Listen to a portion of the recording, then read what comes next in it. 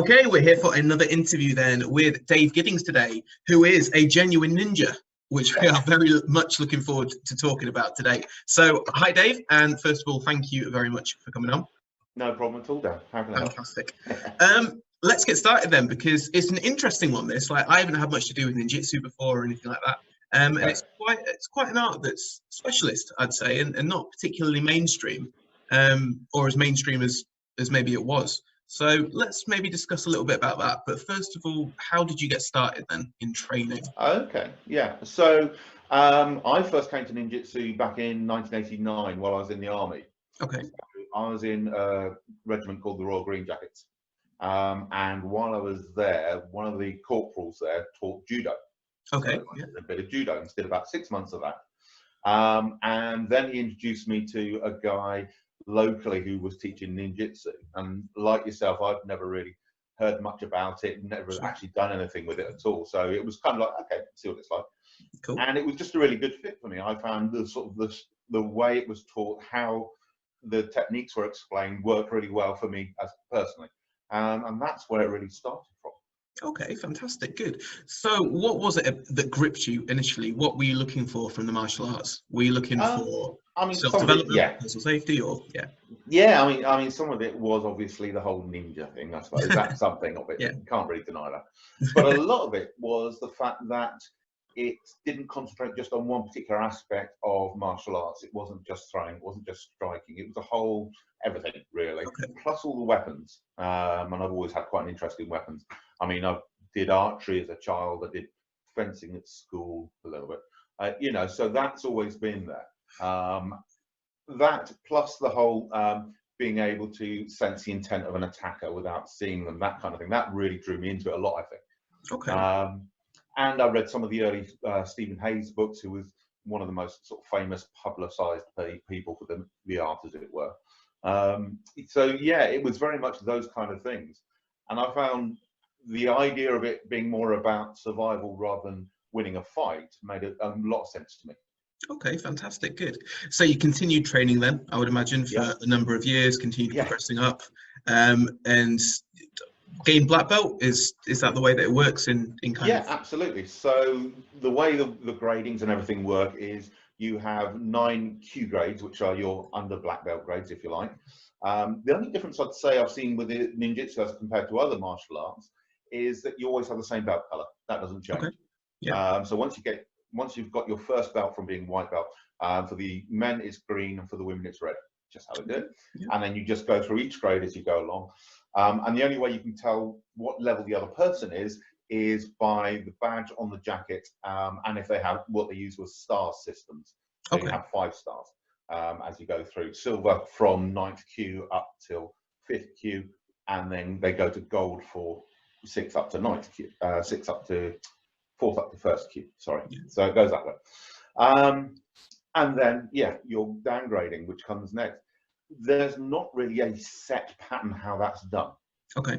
To be fair, and I think this is where a lot of the variance, shall we say, between dojos comes from, because the Japanese mindset is you're given a grade, then it's up to you to live up to that grade.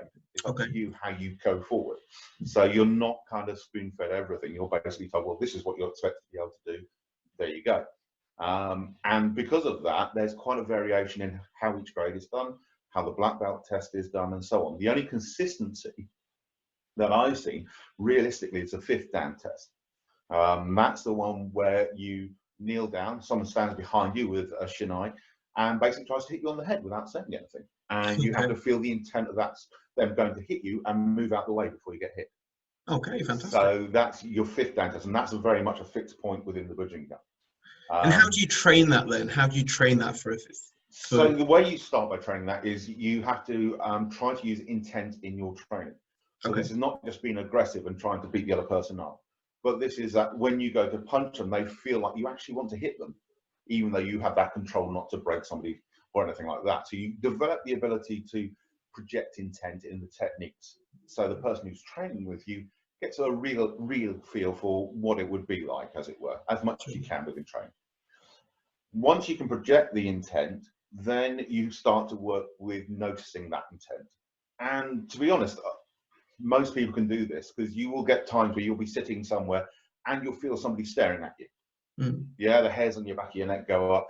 You think, what they're looking at, and you pick up on that intent, that focus that somebody has, and it's really developing that. The 5th Dan test itself is very much a almost puristic view of this, because yes, there's the stress of sitting in front of everybody else while you're doing that, but you are just trying to relax and not search for something. It's accepting it. That's how I'd describe it. Okay. And by doing that, your body will naturally move, because you'll instinctively feel something and want to move. If you sit there really tense, trying to feel what's going to happen next, it doesn't work, you get hit. Okay, cool, yeah. Let's run through some of the weapons then that you use, some of the things. How long have you got? Yeah, you said that's an interest of yours. So, yeah. So where did that interest start? You know, what weapons are employed in ninjutsu? Okay, so within ninjutsu, it's very much traditional Japanese Budo weapons. Yeah. So it's not the karate stuff like nunchuckers and sai and things like that, which you see with the turtles and so on. It's very much more the traditional stuff. So sword, obviously, from katanas to wakazashis, tantos, kunais, which are like this. Okay, cool. Yeah. This is a kunai, which is basically a blunt entrenching tool. It's used for digging into places. Okay. So you can also use it as a weapon by hitting people with it. Yeah. Okay, because it is quite a sort of a heavy metal weapon, but it's got a good point on it as well. So it'll make holes in people. Now, what you'll see in a lot of anime and places like that, they use these like throwing knives. Realistically, they wouldn't be thrown that much, because they're very useful as a tool for levering open things and so on, including people. So it's very much used in that way. Obviously, shuriken is another thing. So you'd have these kind of shuriken, flat plates, points on the side, but the edges aren't sharp, so you can hold this in your hand. You can dig into people with it and things like that, and use that to move them around, but obviously still the throwing thing. Bow shuriken, which is very much a traditional Japanese type of throwing spike, as it were. I don't know if you can see that too well. Yeah, cool.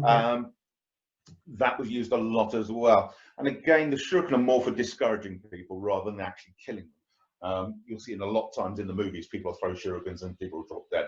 It's not how it really worked. Okay. If you've got to remember, ninjutsu comes from a time where there wasn't much medicine that worked against infections and so on. So if people are throwing rusty bits of metal with you, at you rather, and maybe they're smeared with different contaminants, let's be polite, things like that will cause a really bad infection, which means that could be life-threatening, but it's going to be very debilitating at the very least. Yeah. And so they would try to avoid that. So it's used as a way of distracting your opponent. Okay. So it's those kind of things. Other weapons, traditional Japanese 6-foot staff, 4-foot staff, the Jo staff, Hanbo, 3-foot staff. What else? Chain weapons, rope weapons, things with hooks and knives, grapnels. So pretty much anything, as well as blinding powders. Yeah. You know, the whole flash bomb type things. Yeah. Well, what they would actually do was get things, and we've used it in the past in our trading when we go outside.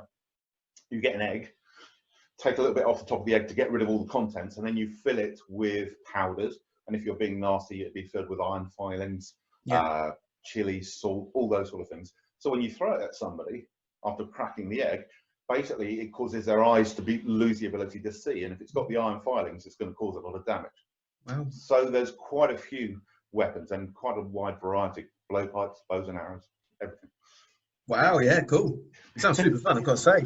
So if someone was to come in for their first class then in a ninjutsu school, what would happen? What would be the kind of order of events, I suppose? Well, I mean, obviously they have to get through the initial testing phase of over the traps and through the it is very much like a martial art. Basically, the way I run the classes, and as I said, each dojo does their own thing, but the way I do it, we start with people learning how to roll, because we tend to roll more than break fall, because the idea is we can use this out in concrete, and a break fall on concrete hurts.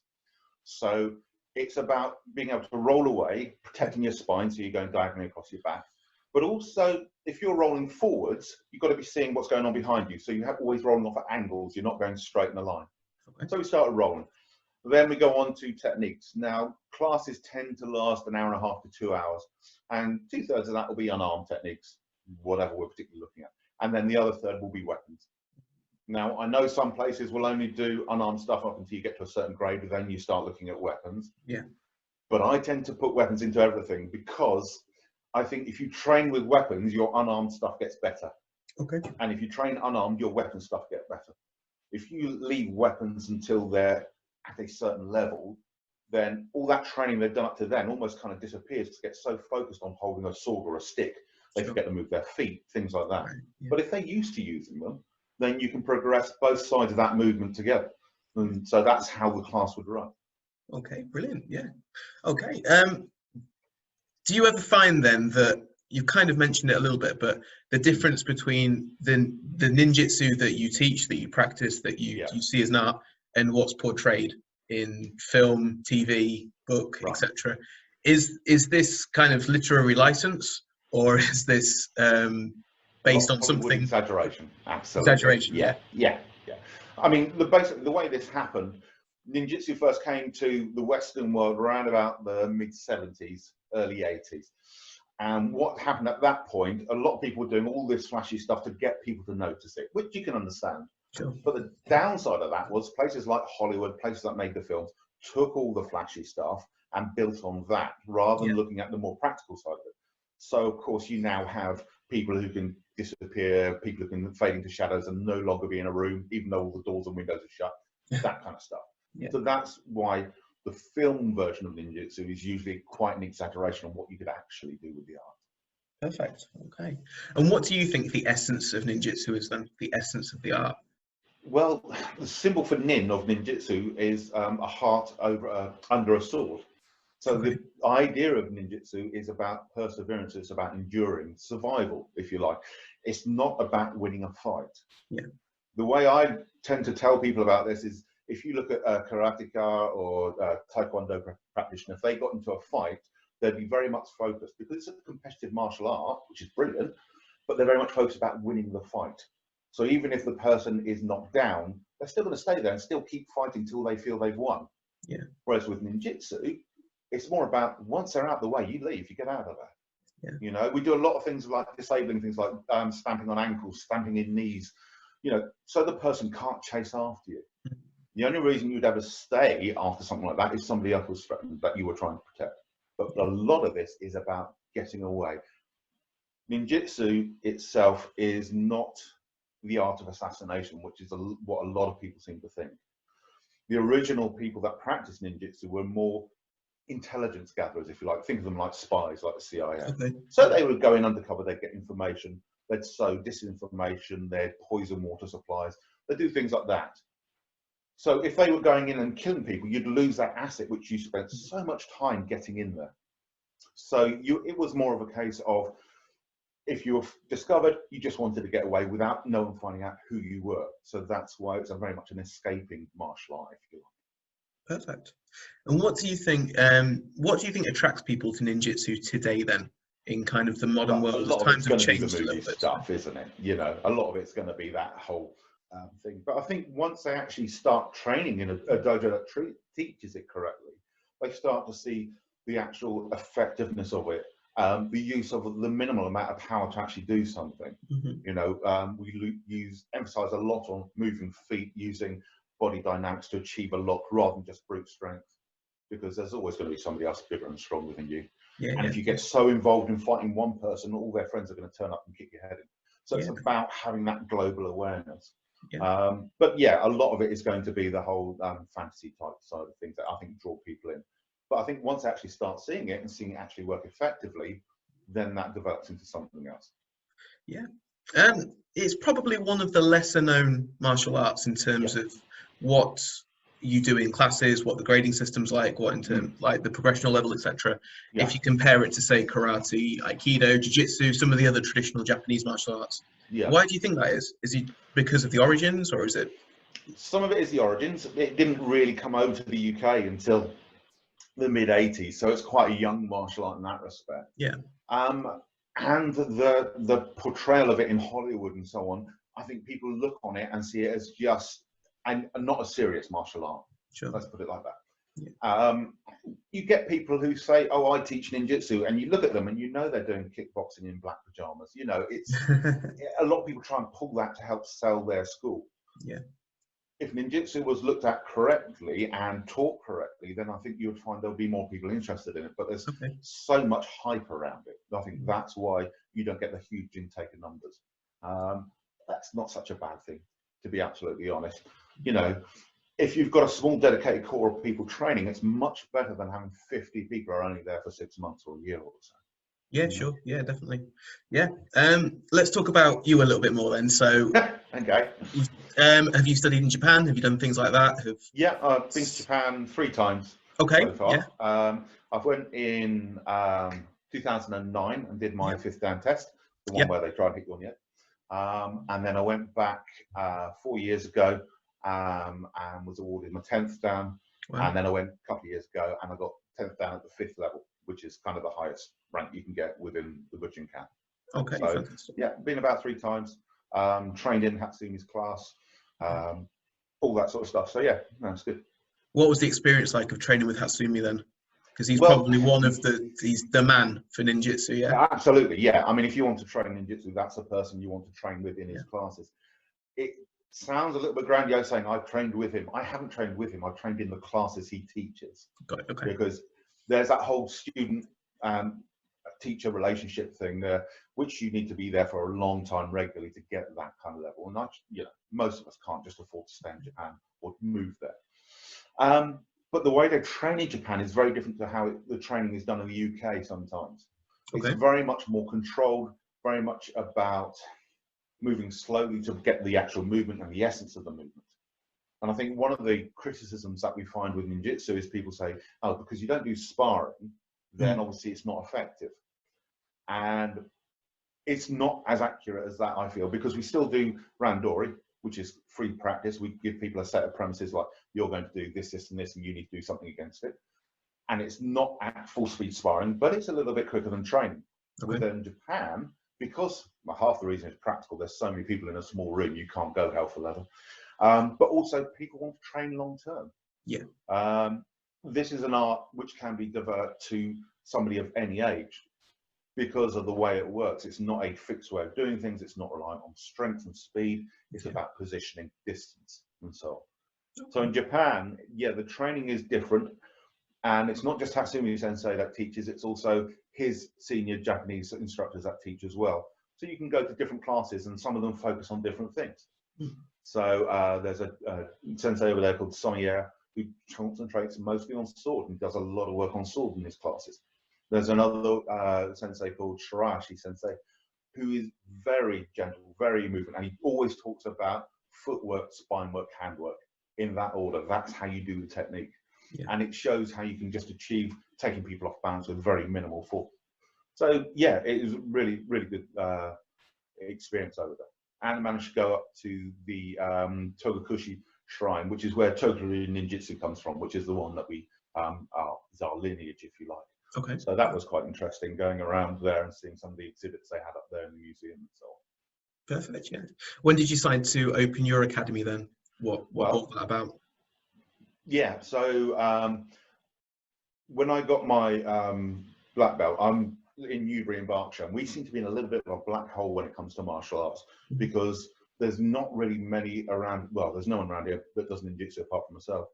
And so prior to that, I always had to travel an hour, hour and a half to different places to train.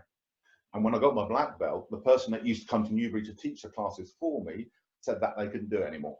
Okay. So the only way I could realistically keep training regularly was to start a class, and that's how that happened. So yeah, I've been teaching around here for about 15 years now. Perfect. So, good. Yeah. Yeah. Excellent. And what do you think then that what separates ninjutsu from the other martial arts out there? It's difficult to say. The problem is there's so many different martial arts out there. You know, for me personally, I think it's the way it talks about survival, the way it uses lots of different weapons, and these weapons are very adaptable to modern things. I mean, we don't all walk around carrying shurikens and swords. Sure, yeah. Yeah, but I can throw a beer mat at somebody and hit them in the eye. You know, I can pick up a stick, use it in a sword-like manner. You can use a rope in a sword-like manner. The weapons are very generic, so they translate to the modern times a lot, well, fairly easily, basically. Yeah. Okay, yeah, cool. That was going to be my next question, actually. How do we adapt, or how do you adapt your training now for the modern world? When you've got so many, as we've said, martial arts, things like kickboxing, boxing, MMA, jiu-jitsu, you name it, is out there. Yes. So yeah, it's what place ninjutsu has, whether is it too traditional? Is it good to be adaptable? Is it, what's your thoughts on that in the modern world? I think it is adaptable, because if you look at how it's been taught from the early 1970s up to now, it's changed. Okay. And it has to change and evolve to stay relevant. Yeah. I mean, the martial art ninjutsu itself is nearly 1,000 years old. So it's had to change and evolve, or it wouldn't have lasted. And to bring it into the modern age, you can use techniques where you talk about using things like screwdrivers. You talk about using things like pull cues, things like that. Yeah. So you can adapt it to things. There's a weapon called a kusarigama. I don't know if you've heard of this. Basically, it's a scythe, handheld scythe with a chain and a weight on the end. Right. Okay. That's very traditional. But if I've got an iron with a plug on the end of it, with a lead, it's the same kind of concept. Yeah. So the adaptation to modern techniques is really straightforward, I think. Mitsubishi, the powder in the eggs that I talked about throwing into people's eyes. Yeah. Alcoholic drinks, exactly the same. Handful of salt. So it is stuff that we can really easily adapt to a modern world. But we emphasize a lot about getting away from stuff. Okay. Now, I've worked for about 20 odd years as a paramedic. Yeah. And with the martial arts side of things with work, the most I've ever done is just get out of the way of somebody and let them fall over. A lot of the times you can defuse these things just by talking to people. Yeah. Definitely. And it's that kind of level of where would you use it? I wouldn't expect to be going around snapping people's necks, tempting sometimes, but I wouldn't. So, it's a lot of it is about actually defusing things, moving away from things, de-escalating is the word, I think. Yeah. So yeah, I think it is adaptable to the modern age, and I think one of the big differences with ninjutsu to some of the ground grappling arts is we do groundwork, but what we don't do is lie down on the ground and try and get into a lock. We're always kneeling up, looking around, seeing what's going on.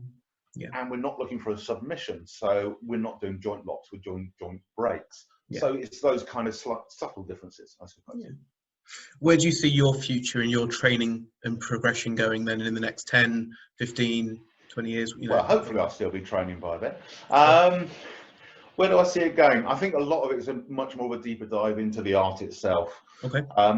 I find even now, after 15 years of teaching, that we'll do a technique that we've done so many times before, and all it takes is one person to ask a question about, well, why do you put your foot there? And you get that light bulb moment. Well, it must be because of this, this, and this, and then you can adapt it to other stuff. Yeah. So you're always learning, and I found teaching, trying to explain things to people, has helped me understand it at a much deeper level than it ever did before, and I'm hoping that's going to continue, definitely. Perfect. What about the future of ninjutsu then? Do you think the art will change? Do you think it will adapt even more in the future? It will. I think it will have to adapt, to be fair. That's the only way you're going to keep it relevant.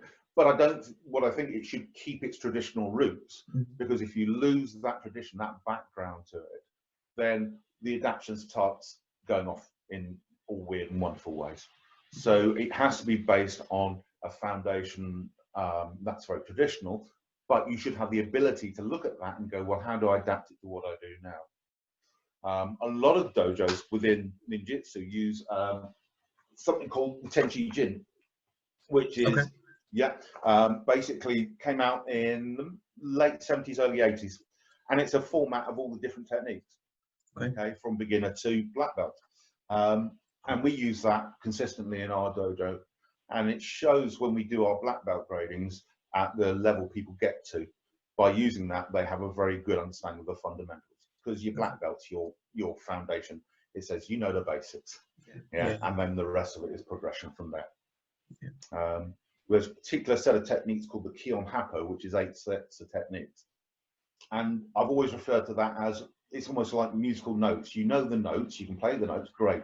Now, how you mix them up, how you change them around, that's what makes the creativeness in the art.